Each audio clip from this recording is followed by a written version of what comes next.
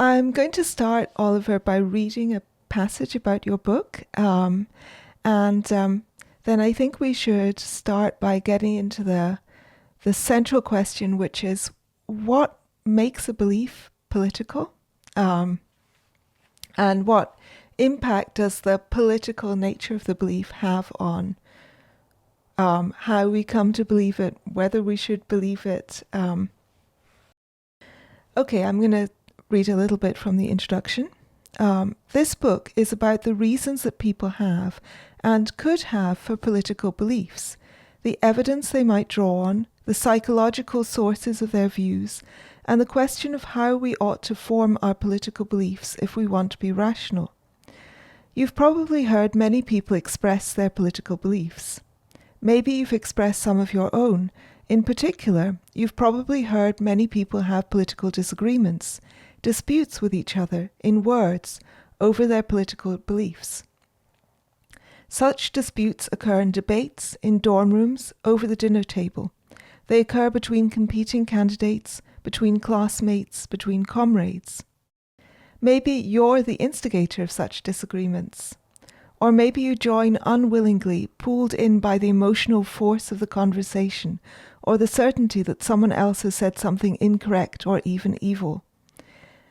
Or maybe you're the one quietly asking, why did you have to make it all political? Whichever role you play, this book is for you. I'm the second person, the endlessly drawn in one.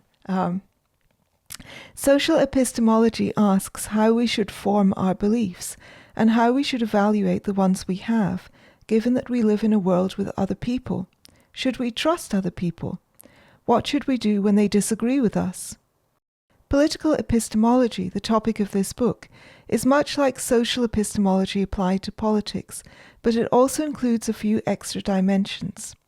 First, we don't just live in a world with other individuals. Those individuals form groups, and we ourselves are likely members of certain kinds of groups as well. Just what it means for individuals to form a group is difficult to pin down, but many political theorists take the idea of a group to be part of the essence of politics. Second, political beliefs are often beliefs about what we ought to do, and those sorts of beliefs, what I'll call moral beliefs or values, introduce their own epistemological puzzles. Third, to the extent that politics is a distinct field of inquiry, it may present challenges of its own, like complexity. I'll offer my own theory by the end of the third chapter. We'll get to that in a moment, but like most theories in philosophy, it's probably wrong. I love that. Occasionally people talk as though we can infer conclusions about what political actors ought to do from an analysis of politics.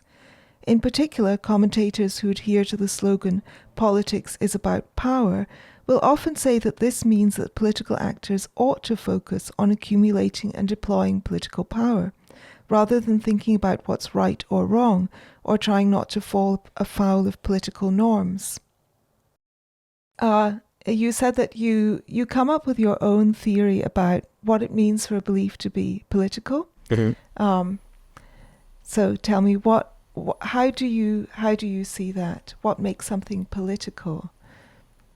Yeah, so first of all, I'd like to say somebody on Twitter recently suggested that I should have an audiobook version of the book, which I never thought of. But listening to you talk is, I felt like you would probably be a great audiobook reader. I don't know if you ever considered that line of work.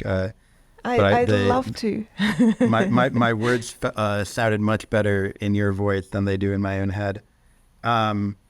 So I have a theory of what makes beliefs political.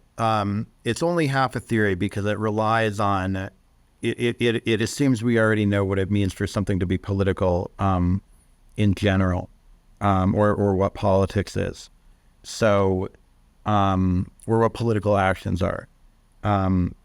So my theory of political belief has two elements, one of which has some subparts. So the first is that a belief has to be in dispute or in some sort of controversy to be political for me. If everybody agrees about something, I don't consider that political because I take conflict to be part of the nature of politics. Probably not the only thing that goes into something being political. It's something I'm still thinking about. But a dispute is necessary. Something everybody agrees on won't be political for me. And the other thing is that the belief has to be connected to politics in some way. So to say this, we need to have a prior conception of what politics is, which I don't give. I don't give a final answer to the question of what is political. But assuming we know an answer to that question, the belief has to be connected to it in one of two ways. So one way that something can be connected to politics for me is that it can sort of be a ground for political action, right? So, say I think a certain candidate is corrupt, can't be trusted, that's a grounds for me voting against them, right? So that's connected to politics. It affects an action that I would take related to politics. Or if I think a bill would be really bad for the country if passed, that's a ground for my political actions of voting against it. Or if I'm not at a legislature, of protesting it or trying to convince my friends to vote for people who wouldn't vote for it and things like that, right? So it's sort of support for some action, something that rationalizes or justifies or explains actions relating to politics. That's one way of being connected to politics. And the other way that I think a belief can be political is by being connected to the way that we divide up political groups. So in that quote you read, I was already thinking a little about the fact that it seems to be part of politics that we're divided into groups, that there are groups struggling for power. It's not clear if, individuals can do politics on their own, without trying to form coalitions or represent constituencies and things like that. So another way for me a belief can be connected to politics is by being the sort of belief that divides one group from another. So if it's just sufficiently correlated with the groups, everybody in one group believes one thing, everybody in the other group believes another, that for me suffices to be a political belief, because it's the sort of belief that's involved in our political disputes. So those are the two kinds of political belief for me. And this theory has already faced some challenges from some readers.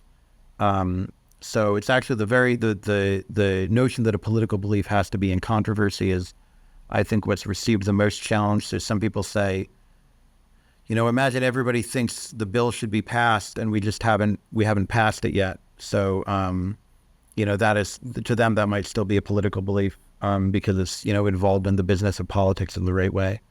And so, maybe they're right. For me, it seems not, but one thing I liked about writing this book was, I sort of got my ideas out on the table, and then I was able to say, I'll let other people take it from here for the most part, which is a really nice feeling to sort of give up a little bit of power and responsibility. Well, you did make that nice disclaimer that most theories in philosophy are wrong. That was really covered your butt. Yeah. I'm a little risk averse in that way. I think for me, I can't imagine a bill that absolutely everybody would believe must pass. So for me, I think there's still got to be some form of dispute. And the fact that something is agreed to by majority or supermajority doesn't seem to me to make it non-political. No, certainly. The fact that and politics is, I would agree with you. I think that politics is adversarial, that is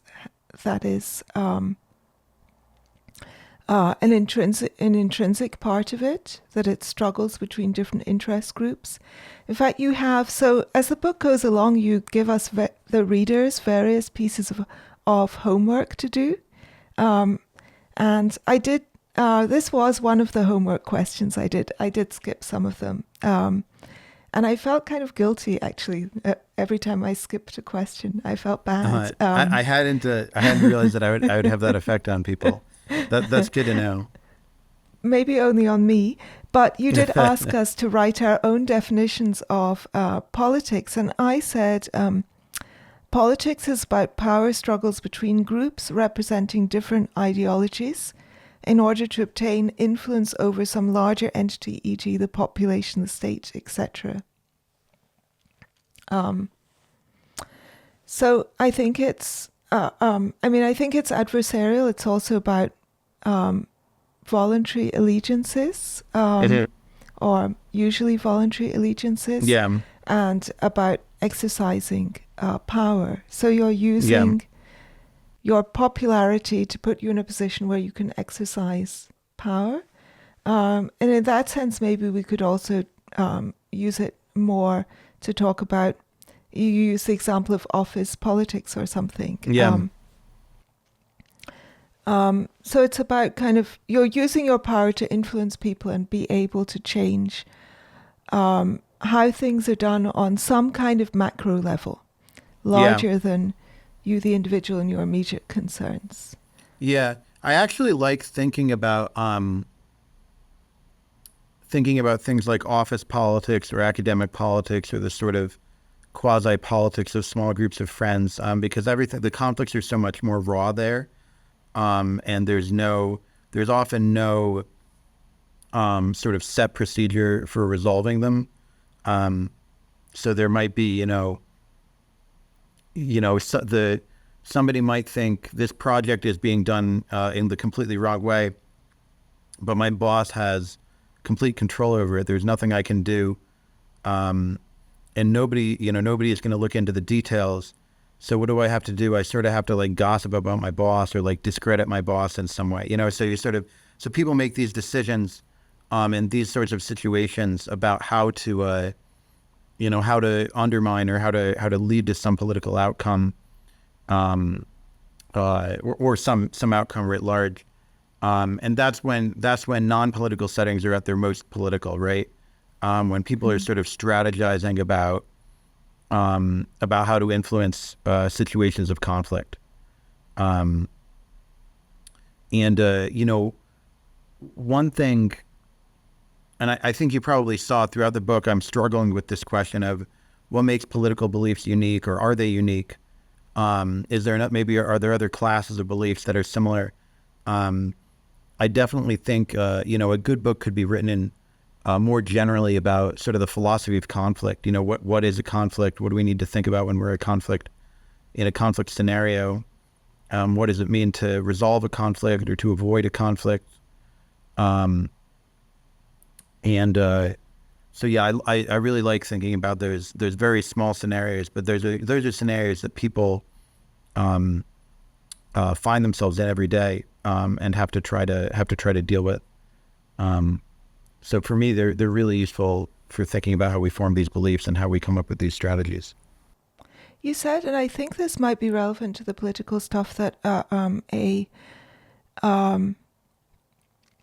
dispute involves a disagreement over a claim, a truth claim, whereas conflict more generally need not involve that kind of disagreement. And I don't know that I agree with that. I can't think of any example of a conflict that doesn't involve dispute over a claim. So even, say, you and your girlfriend are fighting over the duvet, there is still an implicit claim, like you believe that she has more of the duvet than falls to her fair share, and she believes you have more of the duvet than falls to your fair share. And that's clearly not a political dispute. But you think it still involves some sort of disagreement? Yeah, I think it still involves disagreement over a claim, or am I? Maybe is you're that being too far-fetched? I think maybe you're being optimistic about sort of human nature.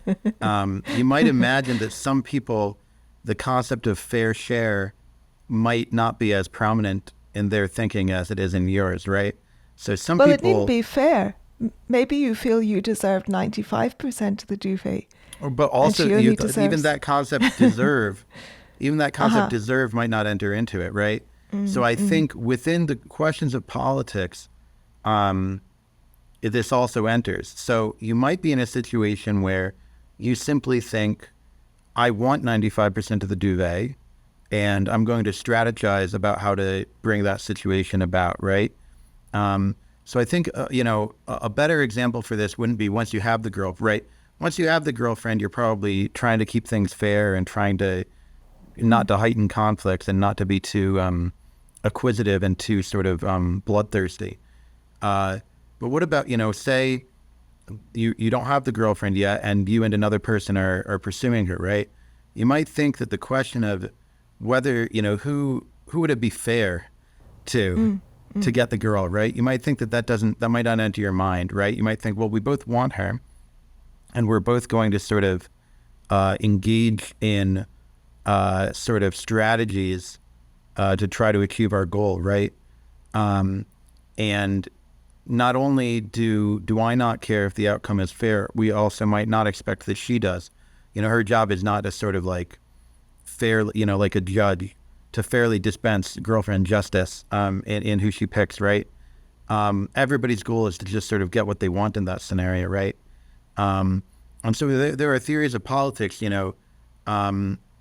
some Marxist theories, for example, but I think there are plenty of non-Marxists as well who have similar theories, who think that, a lot of our political beliefs, especially our beliefs about fairness or who deserves what or what's ethical, these ideologies, some people believe they're just sort of cover, right? And at the end of the day, most stuff is just about, well, you and I want the same thing, and we're going to be, we're going to engage in conflict, right? So one of the questions at the heart of sort of the theory of politics behind political epistemology is the question of sort of like, what does belief have to do with any of it to begin with, compared to the role of the more raw conflict. And I happen to be somebody who thinks, at least in contemporary politics, belief matters a lot. A lot of people are trying to do the right thing. And I don't think, as you probably saw in the book, I'm not a huge believer in concepts like false consciousness. I think most people genuinely, most people genuinely will try to do the things that they think are right. Maybe not for the whole world, but for their families and neighbors and things like that. But yeah, you can imagine this other sort of scenario where the conflict is much more raw than that, and where there aren't really any beliefs. It's just a matter of, I want this, you want this. Let's see who wins, right? Let's sort of have a fight about it. And I think it's important to leave open, even though I don't think that is the central political condition, the way that a Marxist or what's called a political realist might. I also don't want to rule it out entirely. I don't want to say that all politics is a matter of sort of disagreement over the facts. I think there are other things involved as well. There's a kind of, there's like these two models. There's the rational model, which is, I'm, for example, I'm a rational person weighing up different, making judgments about what would be best for society, and then looking at the policies of the different parties and deciding whose policies are most likely to bring about those outcomes. It's there's that theory, and I'm always quite frustrated by the fact that politicians are not. I think I might have talked to you about this before, so sorry. Apologies if this is repetition, but it always frustrates me that politicians are not Breyer scored. So politicians are always saying this policy is going to lead to these effects, and when they say that, a little box should come up on the screen, and it should say, "What's your level of certainty in this?" And what's the percentage of which it will change the needle? So if this will lead to lower unemployment, will it? You can say, I'm like 50% certain it'll lower unemployment by 10%, and I'm 80% certain it will lower unemployment by 5%, and then we should see a little box on the screen, and it should say Oliver's prior predictions, and here's his score. And we should get a sense of whether you are any good at knowing whether your policies will have the effects you hope or not. And we're never told that. No, certainly not. Politics so it sounds like yeah. So it sounds like you have a, and I'm very sympathetic to it. It sounds like you believe in a pretty highly rationalistic model of sort of ideal political deliberation. Ideal, yeah. But not ideally, this is the actuality, yeah. No, of course. But there is, in what I studied for writing the book, the person closest to you is probably Robin Hanson. So Robin Hanson had a theory called Futarchy where, he imagined a world in which all political decisions were made sort of by, and not by politicians who were scored in this way, but everybody could sort of bet on.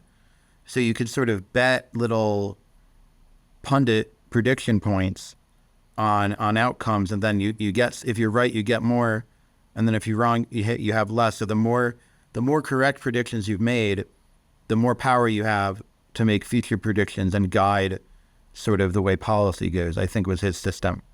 You still have the dispute about which outcomes you want.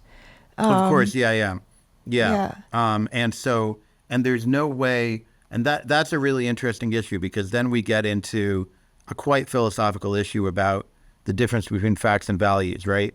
So it doesn't seem like values are the sorts of things where we can bet, and then 5 years later it's, turns out murder is wrong. We all see, it all, we just see it in front of us now. No, if people disagree about values, those disagreements usually persist, and they can't, usually can't be resolved by new facts, although you also have phenomena of value change in society, which it's interesting to think about what exactly causes those phenomena. Sometimes they do seem to be based on new information. Sometimes they seem to be pure fashion. Sometimes they're a matter of older generations dying out and just the values of the new generations being adopted. But Hanson was, in his theory, he was quite clear. He calls it vote on values, bet on beliefs. So the predictions are for the empirical side, and the voting is for sort of like the pure value side. So you might say, we all vote and we decide it's better if unemployment is lower. And then we all bet on which policy will most lower unemployment. The problem in politics seems to me, one of the problems is politics, or I don't know if there should be a fundamental part of the definition, and maybe I'm getting too far away from philosophy. Now I'll try and come back to it in a minute. But one of the problems is politics is you're often dealing with trade-offs. So you don't have, say, an absolute value that you can be supporting, but you have to try to do a kind of calculation, and often an economic calculation, often a calculation that I feel completely unqualified to make. So, for example, you have to decide what's the correct rate of taxes such that we can maintain a good welfare state, but at the same time, we are allowing enough free trade that we have wealth generation. And that's the kind of thing that you have to make a decision on when you're voting, or make a kind of general decision, the taxes that, say, the Liberal part, the right-wing party here are proposing. Are they too high, or even not high enough, or too low? Or, that kind of question is a question that requires some knowledge of economics, which I don't have, but nevertheless, I find myself having strong views about these things, even when they're too kind of complicated to work out. And I noticed that in Brexit was a really clear example of that people had to vote in a yes-no manner on a topic on which almost everybody agreed that they were completely baffled. I think that Helen Pluckrose read the entire document about the referendum. It was like 600 pages or something. And there was a lot of further reading that you had to do at each point. It was like, to understand this fully, you need to go and read these articles. To understand every sub-point, yeah. Yeah, so she spent like a couple of weeks just reading the Brexit referendum. And I didn't read it at all. I just voted against Brexit because I thought Brexit is taking away people's rights to go and live and work in other European countries, and I don't want that. Perhaps that was the wrong decision, and it's not even clear to me now, because it's not clear whether things that have gone wrong since Brexit are because of Brexit or because of the way Brexit was handled, etc. It's just a giant morass. But nevertheless, it absolutely polarized UK society. I mean, it was extraordinary. I saw people's friendships end in real time on Facebook over disagreements on Brexit. And people called each other all kinds of names, and they made it into a giant ethical issue, even though it was so complicated that I didn't know anybody who even claimed to have understood what was going on. Yeah, Brexit was interesting for me in the U.S. It was the first issue where, in a way, it was one of the early issues that got me thinking that I should be thinking more seriously about politics and writing about politics. When Brexit passed, I was in Washington, D.C., and I remember I had been with family. We had a large family dinner where I expressed my view that Brexit would pass based on just having done a little bit of reading and seeing a little polling and watching the prediction markets, and nobody believed me. And then I was on a Tinder date that night where I told, in DC, this is the sort of thing you talk about on a Tinder date. I expressed my view that Brexit would pass, and my date said, no way. And then, later on in the night, it went well, and I was able to show her that it had indeed passed. So, yeah, I think it's interesting what you said. This book is dedicated to a guy named Jeffrey Friedman, who I actually didn't know that well, but he invited me to a seminar. He was the editor of an academic journal called Critical Review, and he himself had a great book of political epistemology called Power Without Knowledge, which is basically about just the sort of issue you're talking about, the notion that, all these choices are too complex. And he thinks not just for people like us who are sort of, cultural commentators, philosophy people, but he thinks Brexit was too complicated for the economists as well. He doesn't talk about Brexit in particular, but an issue like that. One analogy would be something like, if you build a car, everybody's responsible for one piece of the car, and maybe nobody understands every single piece, right? So a lot of decisions about how should society be set up really are based on a lot of different parts of society and how they interact. And nobody's going to have full knowledge of all those things. And so we have to rely on these heuristics. And what you expressed was a heuristic, right? Sort of the heuristic of we should vote against things that limit people's freedom of movement, or that limit people, encountering people who are not quite the same as them, or something like that. Those are the sorts of heuristics people might have used in voting against Brexit. And then, similarly, people might have heuristics for voting for Brexit, where they might say, I don't want people outside my country deciding how things should go in my country, or, I don't want people taking advantage of my country, or I want my country to sort of stay the same as it was when I grew up. I want to be able to give my kids the same country that I was given. So these are all sort of like little Zen koans that don't really, they guide us, but without, we don't actually engage with the details, and we just sort of use vibes. And I think that's the level at which most people engage with politics. And I think, for me, this isn't the same as being completely irrational about politics, because one thing you can do is, if you've used that heuristic, that little phrase for a while, and then if you notice that it's giving bad results, right? If you say, well, the policies I vote for keep winning based on this heuristic, but things keep getting worse, then maybe you revisit the heuristic, right?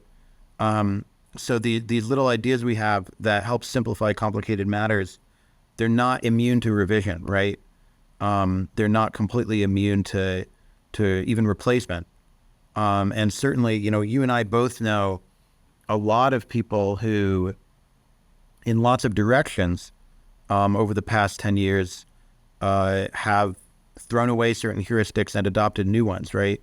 Have learned to say, well, maybe what I thought about the situation was not the actual truth, right? Maybe I need to learn the heuristics of the other side. Certainly for me, being raised progressive and now being in a lot of conservative circles, it's been a lot of fun to sort of try on new heuristics, for, what would a conservative think about the situation? How would a conservative approach the situation? How would they simplify it? What little story or narrative would they tell about it? And I think the other thing that enters into what you're talking about is sort of the element of groups that we were talking about and the element of trust. So the fact, you said that this Brexit completely polarized British society. Likely there were divisions already existing that were sort of ripe for, this sort of oppositional thinking. So, if who knows what order it happened in, but if the anti-Brexiteers were the ones who had the strong opinion first, maybe the other side then looked at that and said, well, here are the experts trying to run my life or whatever, right? And so they polarized in the opposite direction. Or if it was the Brexiteers who had the strong opinion first, the other side said, oh, here are the xenophobes, right? The nativists, they're trying to keep Britain in the past, trying to drag us back into the 20th century and away from the EU and away from a sort of interconnected and multicultural world.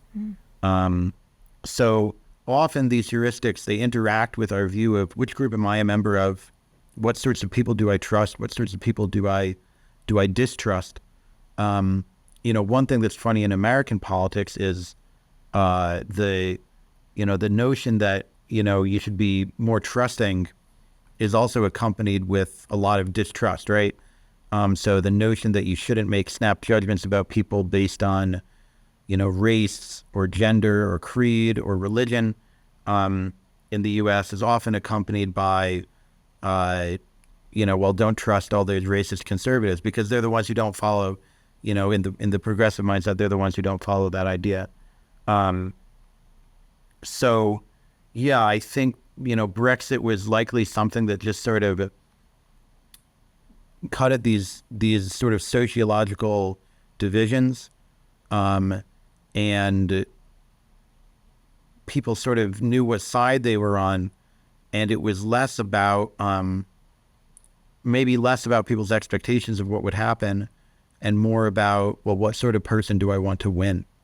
Do I want somebody, who's very pro the UK to win, or do I want somebody who's maybe more of an expert or more of an EU type to win? And that was probably, in a lot of people's minds, that might not have been linked to what they thought would actually happen with the bill.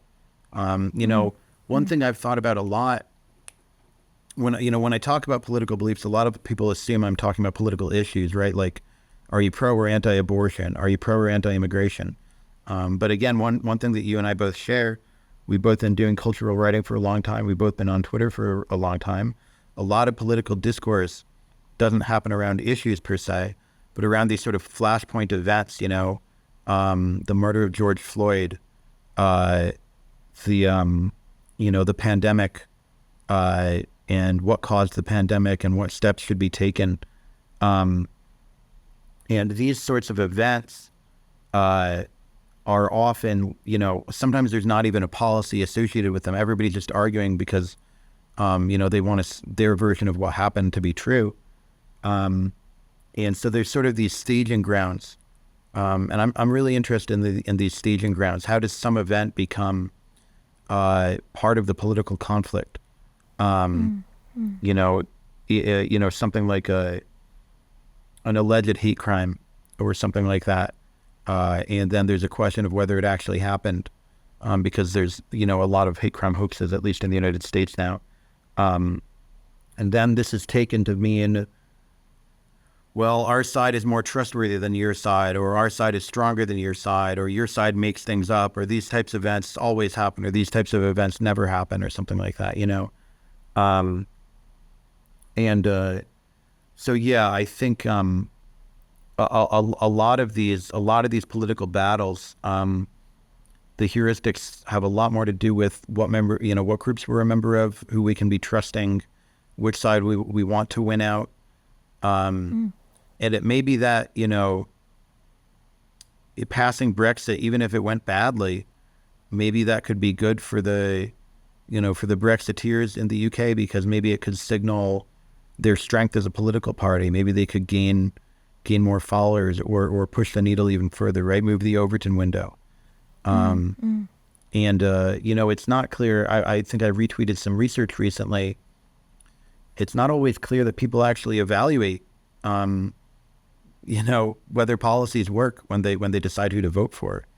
And then there's a question of, does that mean they're irrational? Well, I think then you have to ask, what do they care about in their voting behavior? But yeah, I think there's so many factors that go into people deciding which side of these little conflicts they're going to be a part of. And then you suddenly get something like Brexit, which seems to gather up, every other conflict in British life is somehow gathered up into it, and it just expresses the division so cleanly. Yeah, I don't know if that answers your question. It seems to be a feature of what is political, that it causes clustering. So I think at one point you talk about this theory of I think this isn't the terminology that is used, but anchoring beliefs. So you have one central belief about society, and that is that makes you identify with one side or the other, usually of a left-right divide, and then all your other beliefs accrete around that, because then the kinds of people that you are more likely to trust, the sources you're more likely to trust, the arguments you're more likely to engage with are all related to that, to those people, to people who share your central belief. And also that central belief kind of allows you to overlook other things that you might disagree with, or perhaps to get kind of pushed into the direction of agreeing. And that's definitely how I used to feel about my politics, and my central belief was in the importance of a social safety net. So not equality, I'm not interested in equality, but I wanted a minimum safety net for people. It doesn't matter, this is just an example. And that is enough to kind of place me on the left and to make me want to describe myself as a leftist. But part of that kind of political stuff is also very deeply tied up with identity and signaling, and your sense of yourself and who you are. And this is, again, a cluster. Where do you group yourself? Who do you ally with? And so, although I haven't changed my view on the social safety net, and that probably still makes me fundamentally a leftist, because that's like my top priority, after October 7th, I stopped calling myself a leftist. I stopped arguing with people who said that I was right-wing or conservative because of disagreements with the left. I didn't change any beliefs, but I just changed the self-presentation, as it were, because I was so horrified by the hang glider left, as I'm calling them. Yeah, that's a lot of good phrases you used: hang glider, leftism, and anchoring beliefs.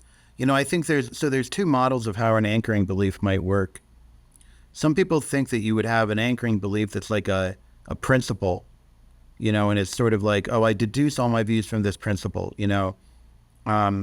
So Corey Robin, for example, has this book, The Reactionary Mind, and he says, well, all right-wing views, I think his view is something like, all right-wing opinions can be traced to people trying to maintain existing hierarchies and sort of existing structures of dominance. So whoever is dominant in society should remain dominant.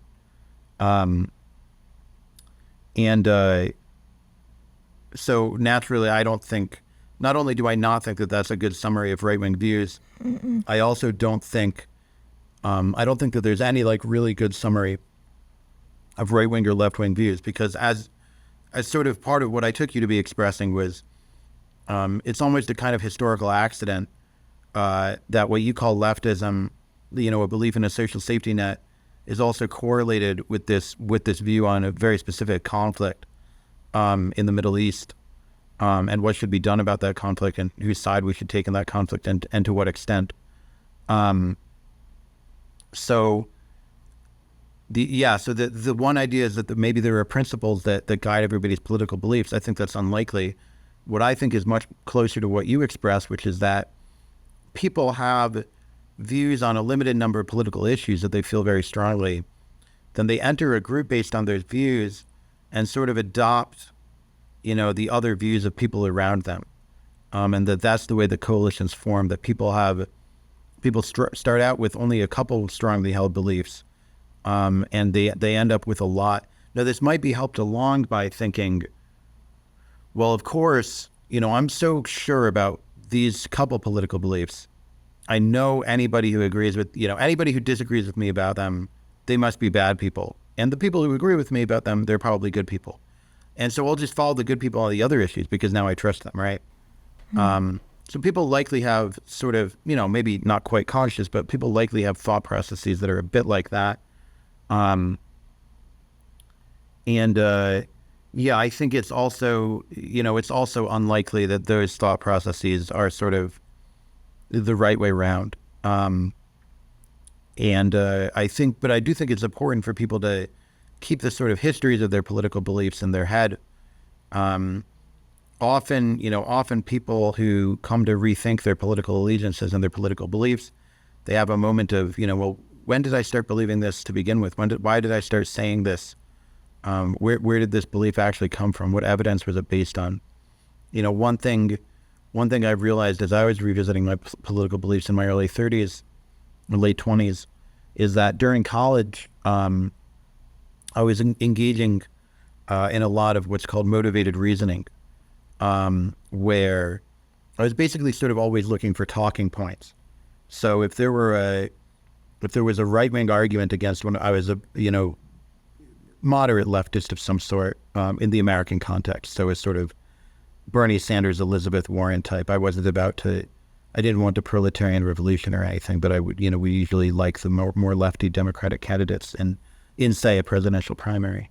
And I noticed that when I encountered an argument against my views, what I would do is I would go shopping around for a response. This is one model that I think Dan Williams has proposed. Also a great political epistemologist, great Twitter account, has a great blog called, I think, Cultural Cognitions or something like that. There's another philosopher, Gabriel Contessa, who says the same things about experts. He says people engage in what's called expert shopping. So when there's disagreement among experts, we just go and find the expert who agrees with us. So really deferring to experts when there's controversy can almost be counterproductive. It can be the wrong way to go about things. I noticed that I was doing this a ton when I looked back. I don't remember what brought me on that topic, but obviously I was feeling a very strong identification with being part of the left, such that if any of this set of beliefs were challenged, my first instinct was defense, rather than engagement, right? My first instinct was sort of this debate instinct of how do I parry back? How do I push back? And in retrospect, I don't even know if I was just so sure that we were right, or maybe it was a strategic thing of trying to win. Probably different people are different on that axis. But it's, I think it's very striking to me that when people describe these sorts of more clannish or groupish behaviors and the way they affect our political cognition. I remember having exactly that sort of instinct, and I can sometimes feel it too. In the debates that I feel the most strongly about, sometimes in the wokeness, anti-wokeness debate, I'll find myself just saying, well, let's find the opposite argument, let's find the challenging argument, rather than thinking about whether it'll be true. Yeah, I mean, there's also a kind of intellectual temptation. I definitely feel that at Quillette. Somebody recently described Quillette as a great debunker of orthodoxies. And of course, there's a danger if you are, because some orthodoxies are factually true. So you don't want to just be debunking trying to debunk every orthodoxy. And you don't want to become the prisoner of your own image of yourself as a brave contrarian kind of fighting against the unthinking masses who just subscribe to the most popular opinion. But it's also of course more intellectually interesting to examine those points. And of course, magazines are there for entertainment. This is a form of entertainment. People are presumably enjoy reading, so what they want to read is the debunking arguments. And so there is a kind of natural kind of move towards that. And for other people, there's a natural move in the opposite direction towards conformity.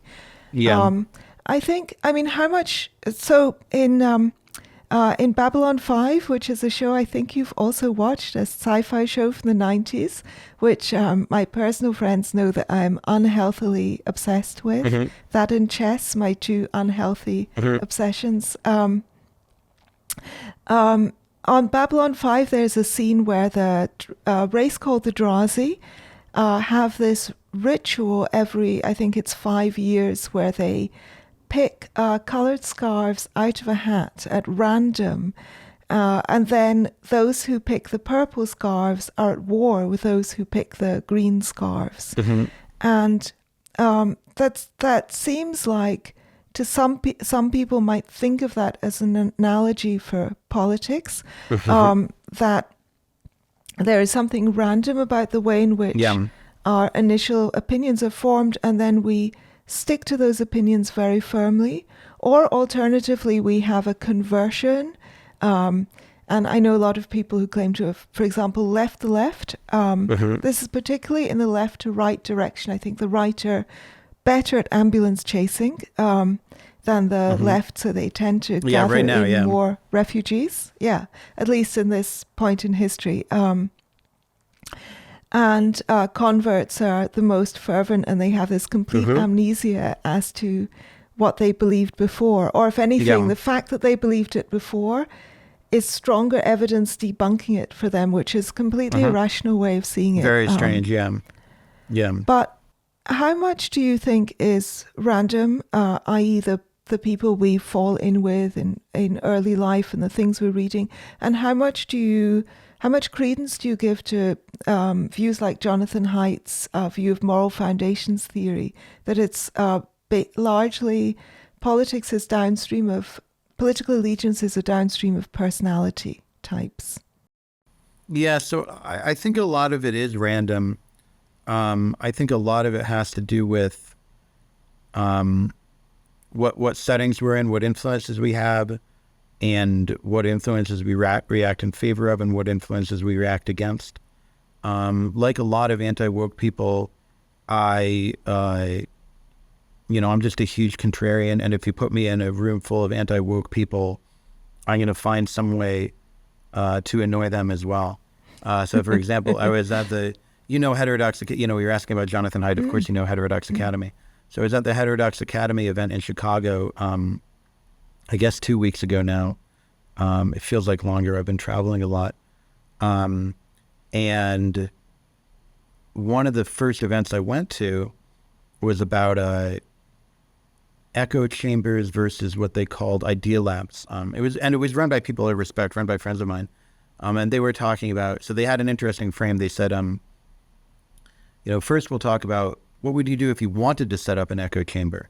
And what would you do if you wanted people to be more experimental in their ideas? And I guess the idea was people were going to say, well, if you set up an echo to set up an echo chamber, you would kind of set up, a university the way it's normally set up now. And if you wanted an idea lab and something more experimental, you would do it more of the heterodox academy way.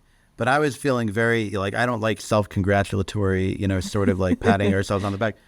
So I said, well, if I wanted to set up an echo chamber, I would take a few hundred people who agree with each other about everything and send them to a fancy hotel in Chicago, basically like this entire conference. And so everybody was looking at me very bemused. You were like, who's this person who's trying to... But so that's the way I am. So in that sense, our personalities really will influence things. But of course, that question of what views do I feel the most motivated to take on and express depends also on, the fact that I'm a contrarian. That's still completely dependent on my social milieu, right? Which views I end up expressing and finding important. And this is something that, I don't know if you remember the phrase, the current thing. This is a phrase that people bandied about on Twitter for a while. Oh, yeah, yeah. I think part of the notion was, it was at the beginning of the Russo-Ukraine war. And I think part of the notion was that a lot of people, and this is true, a lot of people who had positioned themselves as sort of, experts on COVID suddenly were experts on Russia and Ukraine, which obviously it's unlikely that somebody would have robust expertise in both of those matters. But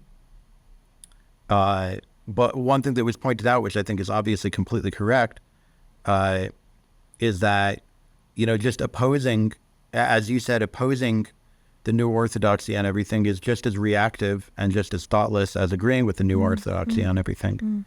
I was having a conversation with a friend who's much more pro-orthodoxy than I am. And one thing he correctly pointed out, which is also something we talk about in professional epistemology, people like me will often say, you can't trust the news. You can't, if the news is on something controversial, be careful. They're probably misleading you in some way. But actually, that relies on us having a grasp of the notion of what's controversial. On almost every topic, the news is highly trustworthy, right? So if your local paper reports the score of a sports game, how would they get wrong? They almost always get that right? Or if they report that there's a storm, they're not going to lie to you about that, right? The weather, they're probably trying their best. Everybody knows that it's really hard to predict the weather, so that's why they get that wrong, right?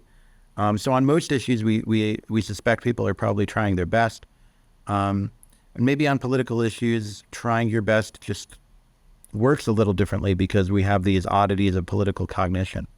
About Haidt's model of the personality, this is something where Haidt is, and I've been reading.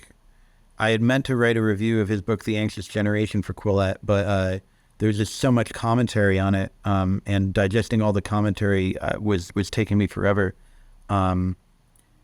He's somebody who is a great academic and also a great public communicator. And sometimes there's like just a little bit of a gap between what you have to do in the two cases. So in terms of his model of political personalities influencing our political beliefs, the question of moral foundations theory, the theory of moral foundations, it's often expressed as the idea that there are 6 moral foundations that humans draw on, and liberals use 3 of them, and conservatives use all 6. First of all, if you look at his data, it doesn't seem, there's a very gentle curve where maybe even the way he operationalizes it, maybe conservatives draw on some of them more often than others. The so-called, he splits them up into what he calls individualizing foundations, which are about treating people fairly, preventing harm to people, allowing people to be free as individuals and things like that. And then there are the other kinds of foundations, which are about purity or sanctity or loyalty, things like that. So he thinks that only conservatives have the latter 3. So one problem is that even in his way of measuring it is really not that stark. And another issue is that, I think a lot of the things that came to mind to the researchers as they were thinking about concepts like purity and sanctity were maybe associated with a different time in political history, where those concepts might be associated with social conservatism. There's a worry that they may have been measuring social conservatism directly.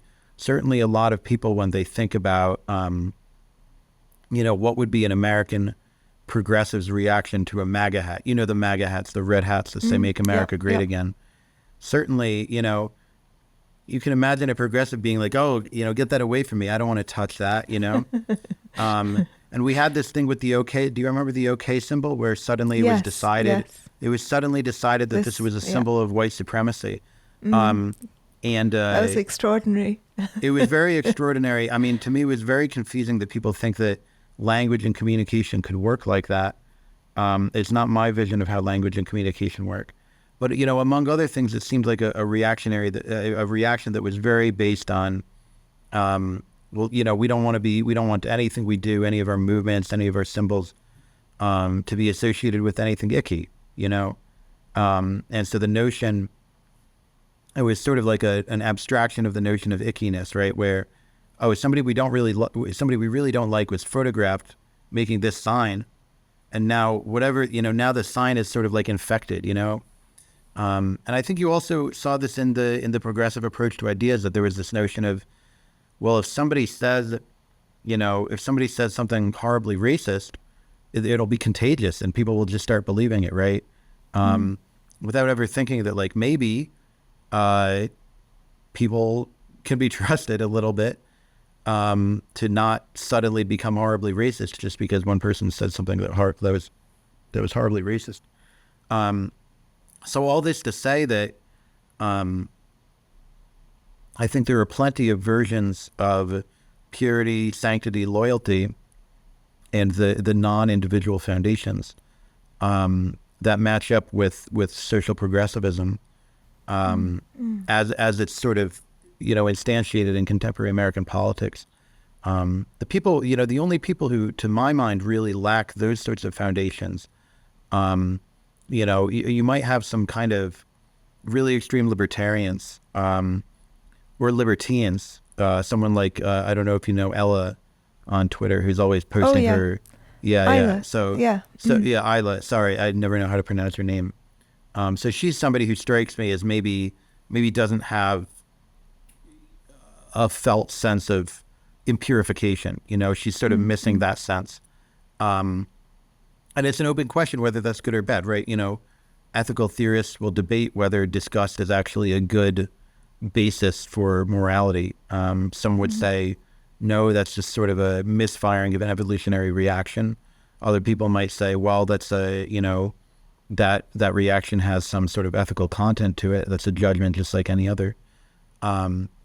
But yeah, so I think there are people who lack reactions around purification and sanctification, but it's much rarer than that theory would make that out to be. And what's more likely is that you have people who are a bit more similar, and it's channeled into different contexts based on their political milieu, based on their political beliefs, and based on their sort of social setting. Yeah, I mean, I personally, my kind of, I have no evidence for this, but my hunch about Haidt is that about Jonathan Haidt's work in general, I really love him as a person. He's a lovely man. I mean, all my dealings with him have been wonderful. But I think that it might be likely that he's a bit like Jared Diamond as a thinker, in that he is a little bit wrong about everything, but in a way that's more interesting and valuable than other people's rightness. Yeah. I think it's interesting. One of the things, it's something I think about in my own, meta thinking about how to think and how to write. One of the things you said at the beginning, you pointed out where I said, oh, we're all wrong about philosophy. So, don't be so mad at me if I'm wrong, and you called it covering my butt. So I think Haidt is somebody who got past that instinct to cover himself and would rather give sort of bold theories And I think that, it's something as I continue to, maybe write a second book, it's something that I have to think about, that maybe there's something to the idea of giving a bold theory, and not making apologies. And then if it's not completely right, even if a bold theory is 90% right, that's still way more interesting than if somebody doesn't give a bold theory at all, right? And even if it's not right at all, the disproof of the theory, you may find something interesting in it as well, right? So I do think that the boldness, the intellectual boldness, and just stating a thesis clearly and saying, here's my evidence, and it's up to you to evaluate it. I think it's I think it really helps intellectual life, and so it's one thing. I think one thing that probably came out in my book, and certainly comes out in my book reviews and my public work in general, I'm very disagreeable. I'm always looking to criticize other people's work, but there are some people who are wrong in very productive ways for other people's thinking, and there are some people who are wrong in very unproductive ways. You can be wrong just by doing some math wrong, or by coming up with a concept that's meaningless or something like that.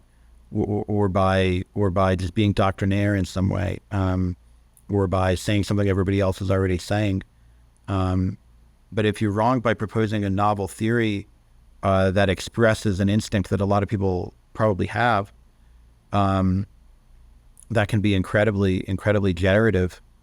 I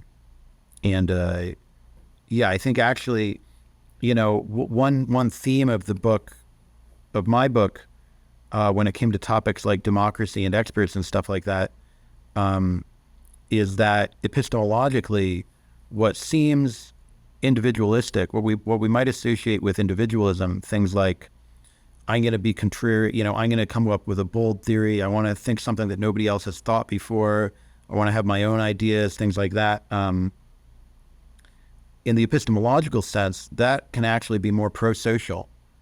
And what we think of as sort of, going with the herd, that's actually very risk averse in a way that is actually rather self-interested. And so it's just one thing that I found interesting, that in some ways the ethics and the epistemology often won't match.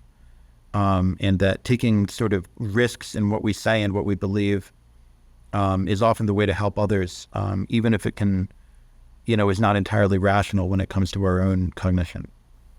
But is it ethical to be more agreeable? Because I don't think that's an ethical question at all. I think. Well, I think it can be ethical to be more disagreeable. I think it can be ethical to be the one to say, well, I'm gonna propose something nobody else has proposed before, and maybe I'll be wrong, but I'm gonna take a chance.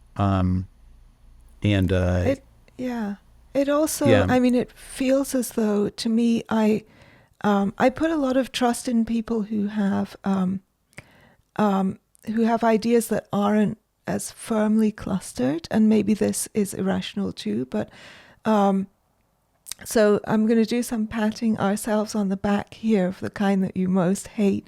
But it's one of the reasons that I like Claire Lehman and Quillette stuff. I mean, one of the reasons that I came to have more and more respect for Quillette was because I saw Claire alienating Quillette's kind of base readership by disagreeing with him on, for example, on COVID vaccines, where we are in favor. I say we, I also agree, in favor, and I'm vaccinated as many well, of the readerships were against, and also the Ukraine war, where we are strongly pro-Ukraine, and which I actually think is I actually think the Ukraine war is a more straightforward moral question.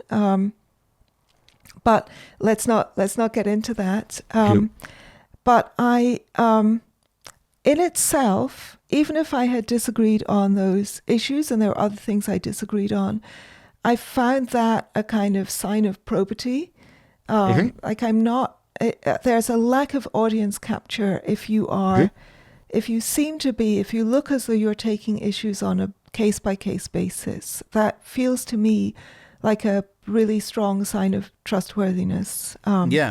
I 100% agree, and I agree. It's true about Claire. It's true about Quillette, and it's also true about people I've met through writing for Quillette. When I was in the UK in February, I met up with Stuart Ritchie and Saloni Tatani, both of whom are former Quillette writers, and they're both people who They're if they've lovely. done their research on, lovely people, and they're people who, if they've done their research on some issue, I'm very likely to take it very seriously.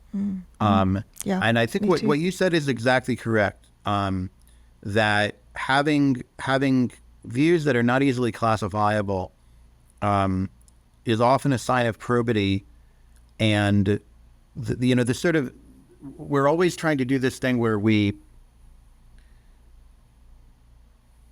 and it's a little, it's something you're told not to do, but when somebody says, here's my view and here's my evidence for it, as a shortcut, we don't just evaluate their argument, we also evaluate them as a person, right? What's called ad hominem. This is strictly speaking, deductively it's a fallacy, but it's the way we operate when we're dealing with other people, right? So one thing we do is we say, well, what's the best explanation of why this person has the opinion that they have, right? And if all their opinions go together, you might say, well, the best explanation is they're trying to be a good Democrat or a good Republican or a good alt-righter or a good socialist or whatever, or a good centrist, where they're trying to fit in with this or that group of internet friends. And if somebody's beliefs are hard to classify, then it's harder to come up with that sort of explanation, right? It's much easier to say, well, either it's possible that they're doing some very complicated thing where, maybe they're picking at random on every issue, but more likely, they're actually just doing their research on every issue, and that seems like the most likely explanation of their views. Of course, then you have to say, you have to assess whether they're good, Yeah, but of even course. just You having could have a random bunch of completely wrong views on everything. exactly, and you could have somebody who, and there certainly are people who do their research and end up with the wrong answer. They have bad instincts about how to research, or maybe just lack the ability for it. But even just having the right motivation when it comes to political issues. And I do think that this is part of, one of your opening questions to me was sort of about what is distinctive about political beliefs, or sort of why is this an interesting category or something like that. I do think that the beliefs that are politicized, these are some of the ones where it's hardest to say, to find somebody where getting things right is their main motivation, right? When it comes to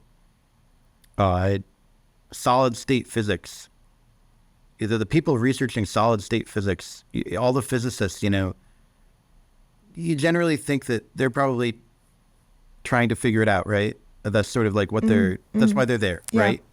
Yeah. They're probably not there for the big bucks. If they wanted the big bucks, they would be doing something else, And of course they want tenure and a nice life and things like that. And those motivations have to be evaluated as well. If you see somebody publishing a lot of papers, maybe you say, well, probably some of these are true, maybe some of them are false, right? Even in physics, you have to do that. So you're always evaluating people's motivations. But I think in politics in particular, it seems to be hard to find people with the right motivations. And that has something to do, the aspects of politics that we discussed at the beginning, and the aspects of political beliefs that we discussed at the beginning are part of what go into that.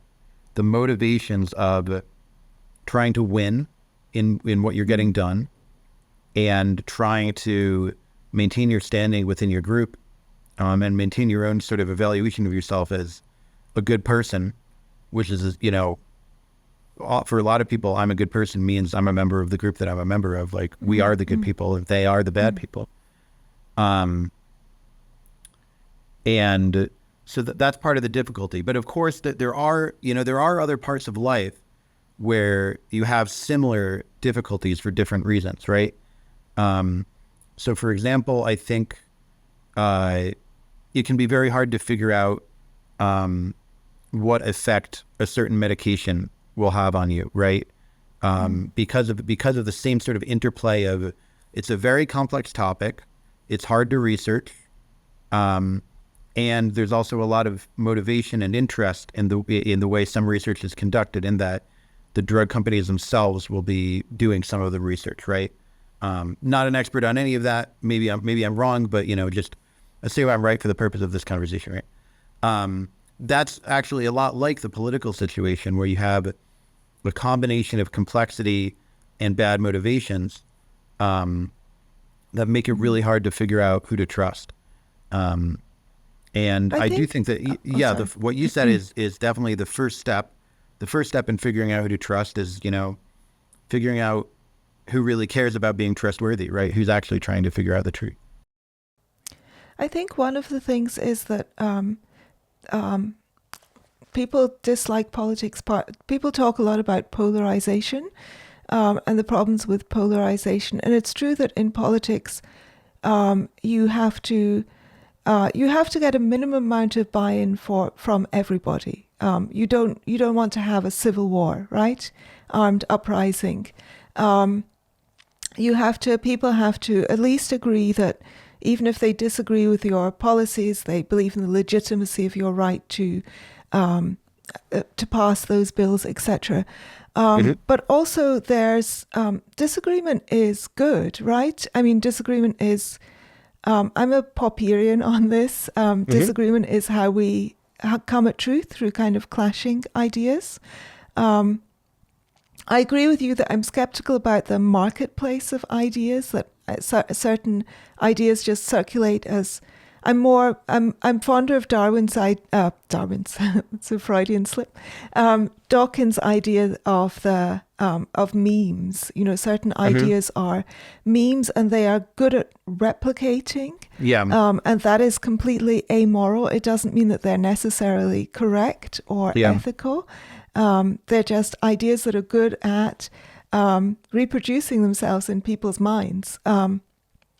So I'm not convinced by the idea that ideas are a marketplace, but I do think that the clash of ideas is important. And what I feel about a lot of people who seem to have this strong idea that everybody on the other side is ipso facto wrong and also kind of immoral, at least mildly immoral because of their political beliefs. They seem to want a situation which their side has completely won, and therefore there is only one side. And that would obviously be a disaster. I mean, it seems to me that that would obviously be a disaster. And there might be some utopian scenario in which it was not a disaster, in which we had global Singapore, and a kind of benign dictatorship, but that has never happened. That just doesn't happen. What happens is totalitarianism, etc. And when ideas and people in power go unquestioned, then bad things start to happen. So I find it very strange, people's desire to kind of morally dismiss everyone on the other side, because disagreement is so central to politics and so important to politics and so important to kind of social welfare, I would say. Yeah. So it's very interesting. There's a lot of interesting stuff in what you're saying. I think one thing you and I have in common, and we get, liberals get attacked from all sides for this. We get accused of not really wanting to win or not being willing to do what it takes to win. But I don't think you and I are really people who necessarily want like a complete victory in politics. We wouldn't trust the other people on our side to wield total power. We might not even trust ourselves to really wield power in society. And we wouldn't feel comfortable lacking, even in terms of our political beliefs, let alone our political actions, lacking a kind of check on us, right? Lacking somebody who's being a little critical and saying, oh, you're doing that wrong. You're doing that wrong. Of course, that bugs us, but at the same time, we might feel that it's something that we need a little bit, that we can't completely do it on our own. So I think that's a highly liberal instinct. in a way is a better summary of the liberal instinct than some sort of, mechanistic marketplace of ideas type notion, which is much more similar to economics. It's not, you're talking more about sort of like the heart of a liberal. The other thing was, you were talking about legitimacy and legitimacy with disagreement. I think there are, so the question of disagreement, I think political theorists think about it a little bit differently than people like me, than epistemologists. I'm often thinking about people's beliefs just in terms of, well, how can we improve our beliefs? How can we get more things right about politics? With just the goal being, let's get more things right, And I think political theorists are more interested in a different kind of question, which is the one that you were gesturing at there. They're more interested in a question that's sort of like, given how persistent disagreement is, how can we have a stable regime? How can we have a legitimate regime? How can we avoid civil war? And how can we subsume populations who don't agree with our way of doing things, without it being wrong in some way? How can we force the anti-tax people to pay taxes and it's still okay? How can we force the anti-gun people to live in states where other people own guns and it's still okay? Or whatever. So there are these, obviously this is challenged. Anarchists, some anarchists believe that, I think, political legitimacy is basically impossible, right? That any imposition, any state imposition on individuals is illegitimate. That's what an anarchist thinks, right?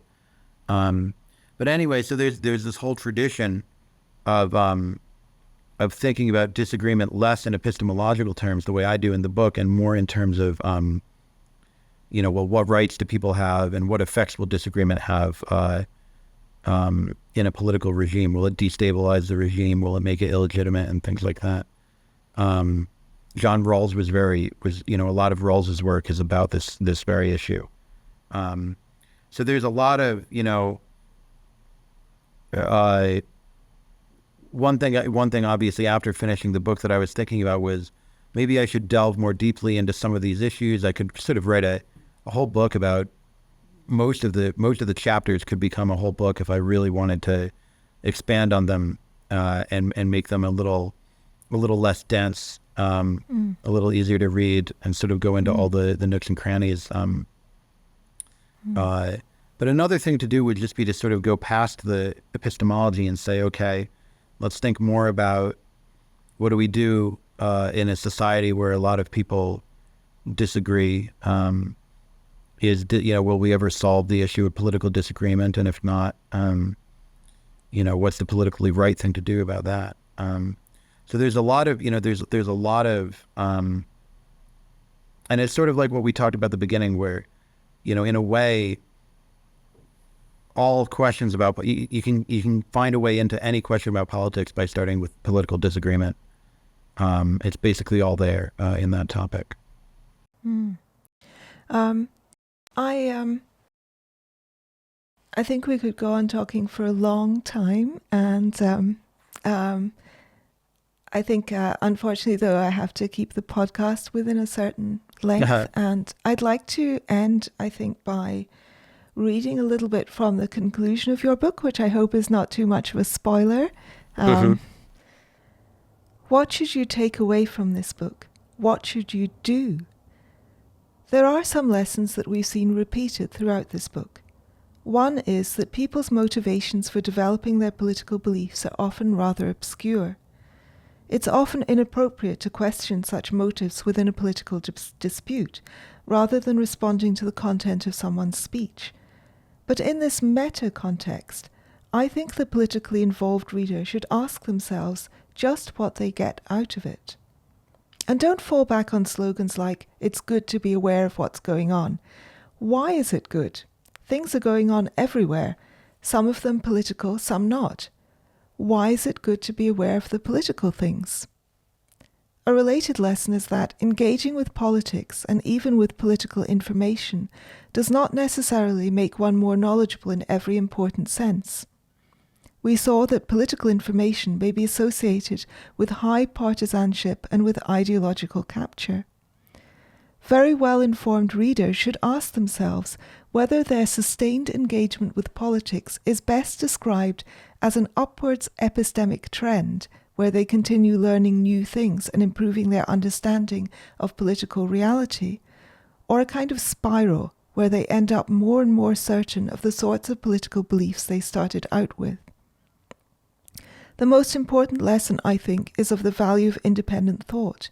It's rarely rational, rarely intellectually responsible to mould one's inner life, one's beliefs and credences to fit the demands of an ever-changing party platform or some bespoke au courant ideology. You'd expect philosophers of all people to understand this, but plenty of philosophers work hard doing just that. At least they tend to be better at it than other people. Even when thinking for yourself doesn't work out that well for you, it works out well for the group. If you must think about politics, try to avoid simplifying frames, stock narratives, and language and concepts that serve a political purpose. I suppose what I want to say is this: be political as little as you can, either avoid politics or do politics in the least political way you can manage.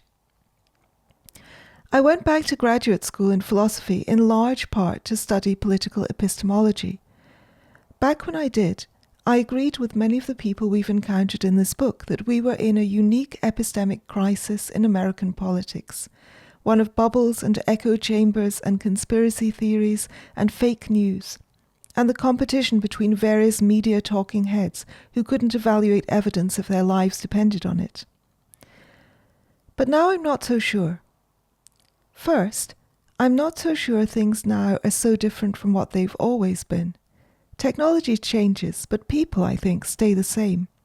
Second, I'm not so sure that the political epistemology I see everywhere isn't just politics by another name.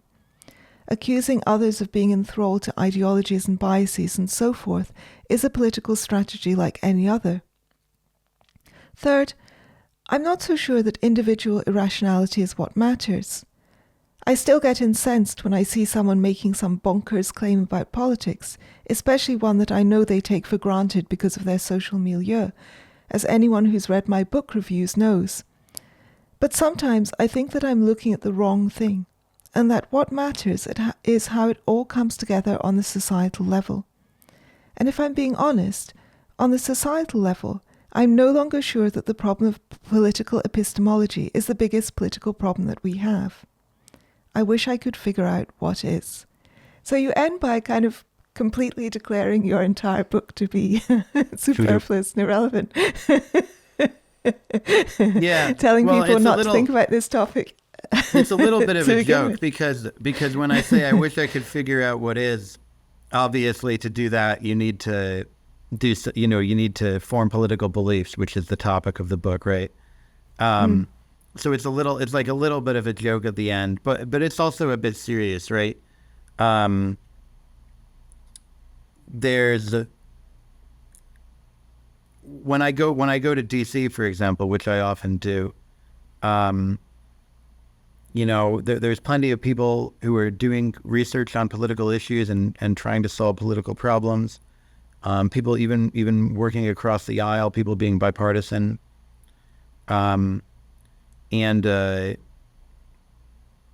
So yeah, I think in part that ending is sort of a reaction to, how necessary is the thing that I'm doing versus the thing that, many other people I know are doing. I don't know how much sense that makes. I think my take on this is, I think it's really important to do this kind of meta-analysis because, if only because it is emotionally calming. Mm-hmm. So politics is this very turbulent area in which people's emotions are heavily invested. And I think it's The answer to that, some people's answer to that is a kind of conciliationism, that we need to compromise on everything, and take some sort of pure median position. But I think that's wrong. You know, sometimes the correct position is at one extreme or the other. Yeah.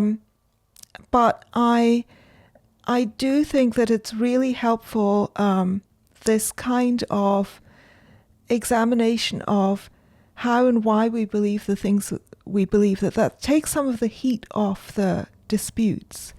And argument and dispute are very necessary. I'm a strong believer in the Christopher Hitchens thing, you know. You should argue with people. You have enough time to be quiet when you're in the grave. But also it needs to be somehow just a little bit disentangled from complete demonization of people who disagree with you. And needs to be, somehow we need to get from the heated part to a part that is a little bit more self-reflective. And I think this is definitely one of the ways of doing it. Yeah, so I definitely think that one skill that I was surprised that I think I have, that I think is maybe rarer than I expected. You know, I'm always very happy to describe some political phenomenon in very abstract terms, and to abstract away from my own political convictions, perhaps just because they're not as strong as many other people's. And I do think that can be very useful for a lot of people. So I do think that that's certainly a strength of the book. And I hope that, you know, in a lot of ways, I do think of this book as being, you know, influenced by my history with the so-called intellectual dark web, or with Quillette. You know, I think of it as a very sort of, you know, as a sort of distillation of some of the, maybe in some ways of some of the guiding ideas that people like us have had, and the way we've thought about politics, or tried to avoid thinking about politics in another sense. So I definitely think that the book can be very useful. I think it's a little bit different though than saying, you know, I think a lot of people go into politics saying there's some problem of political irrationality that people have, that I can go in as the rational one, and I can then go in and solve. It just didn't, as I was writing the book, it didn't seem that simple. And it also, you know, I didn't come to such clear answers about what it would even mean to be the rational one. And I didn't end up with such confidence that I was the rational one, you know. Yeah, I mean, the bar is low. Yeah. But Well, I love hearing that. I love it when people tell me that. Thank you so much, Oliver. It's been a great pleasure. Thank you so to much. talk It's to you. always great talking to you.